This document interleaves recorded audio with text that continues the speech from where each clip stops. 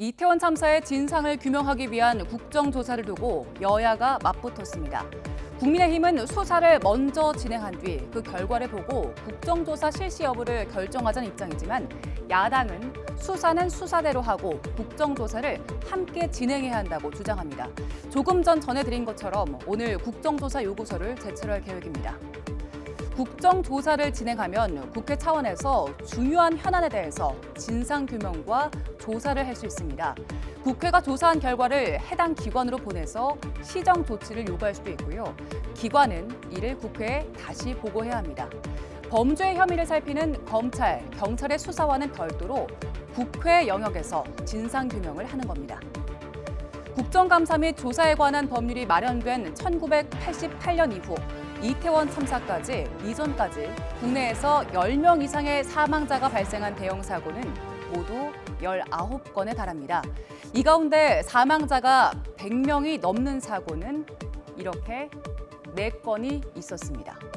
그중 국정조사가 진행된 사례, 삼풍백화점 붕괴 사고와 세월호 침몰 사고 2번이었습니다.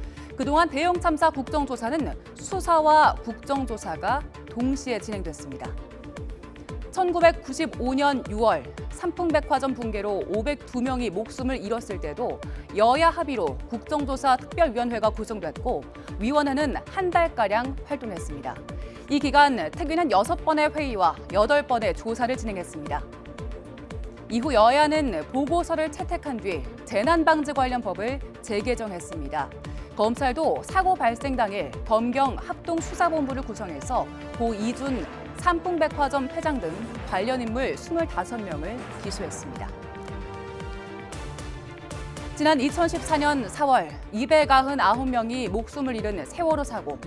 세월호 참사 국정조사는 검경 합동수사본부가 수사 중이던 2014년 5월 국회 본회의에서 승인됐습니다. 하지만 여야가 공방을 벌이며 파행을 거듭하다 청문회를 한 번도 열지 못했습니다. 정부의 초동 대응에 문제가 있었다는 사실을 밝혀내긴 했지만 청와대 책임에 대한 규명이 부족했다는 평가를 받으면서 90일의 활동을 마쳤습니다. 잇따른 대형 참사로 안타깝게 목숨을 잃는 일이 반복돼서는 안 되겠죠. 정치권이 진상규명과 후속대책 마련을 위한 국정조사를 정치적인 시각으로 바라보고 정쟁을 벌일 게 아니라 고인이 된 희생자들을 위한 올바른 길이 무엇인지 정치란 단어에 담긴 그 무거운 책임감에 대해 고민할 때입니다.